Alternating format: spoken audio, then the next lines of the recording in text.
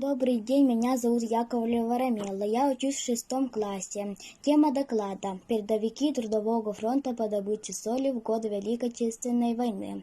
По материалам газеты «Сталин Соло». Наша будущая профессиональная деятельность должна помочь подрастающему поколению формулировать гордость за свою родину. Для этого нам необходимы примеры, такие как трудовой героизм населения в годы Великой Отечественной войны, их боевая доблесть, готовность учиться новому, любовь к своей стране. Определение слов. Передовик – тот, кто опережает других в работе, добивается наилучших результатов. Стахановец – передовой рабочий, достигающий в социалистическом соревновании значительного превышения обычных норм выработки. Стахановское движение было названо по имени зачинателя, забойщика шахты Стаханова.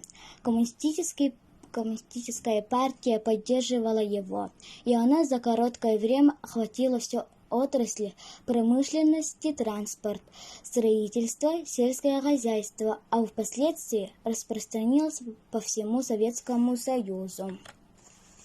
Мы составили список стахановцев кипендяцкого населения.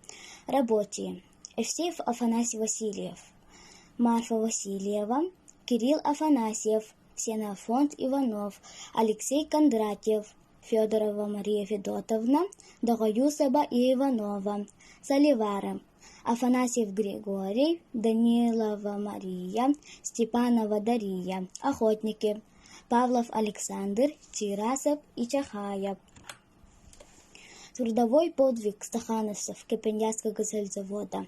Евсеев Афанасий Васильевич дал обязательство: первое – повысить месячный производственный план до 200%. Второе – сдать для строительства танковых колонн дневную заработную плату. Третье – проводить воскресники.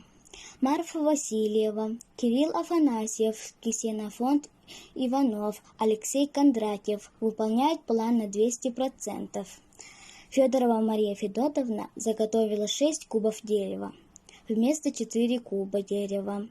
Ежедневно зарубала 8 тонн каменной соли вместо 5 тонн соли. За 4 месяца зарубала 960 тонн каменной соли. За полгода она заготовила 277 тонн соли. За высокие достижения наградили двукратным денежным призом. Вклад работников сельзавода. В 1941 году собрали в Фонд обороны СССР в сумме 3555 рублей. В 1942 году добровольная материальная помощь в сумме 2300 рублей. Сбор финансов для изготовления военного оружия. 100 человек, двухдневную зарплату. На подарки командирам, красноармейцам в связи с 15-летием Великой Октябрьской социалистической революции. 5-дневная зарплата. Для строительства боевых самолетов в сумме 2296 рублей.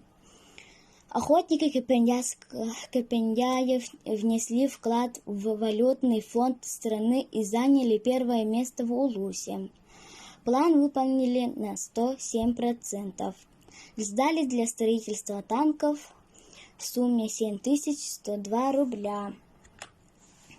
Рабочие Кипендяцкого сельзавода организовали фонд сбора денежных средств для строительства танковых колонн и собрали 10 735 рублей.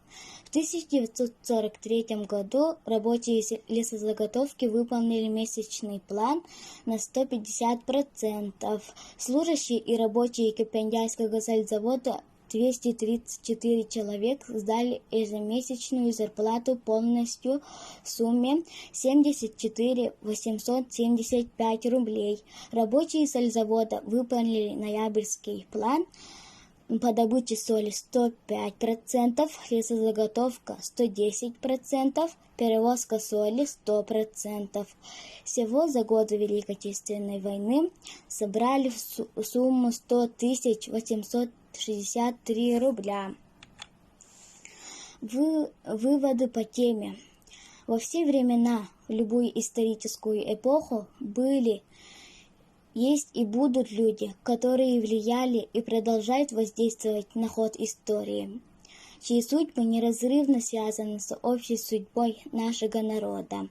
Первое. Дали определение понятиям передовик и стаханское движение. Второе. Рассмотрели стойкость тружеников Кипяндянского сельзавода из районной газеты «Сталин Соло» в годы войны поименно. Третье. Выяснили, какой вклад внесли работники и служащие Кипяндянского сельзавода для строительства боевых самолетов, танковых колонн, Фонд обороны СССР из районной газеты «Сталин Соло».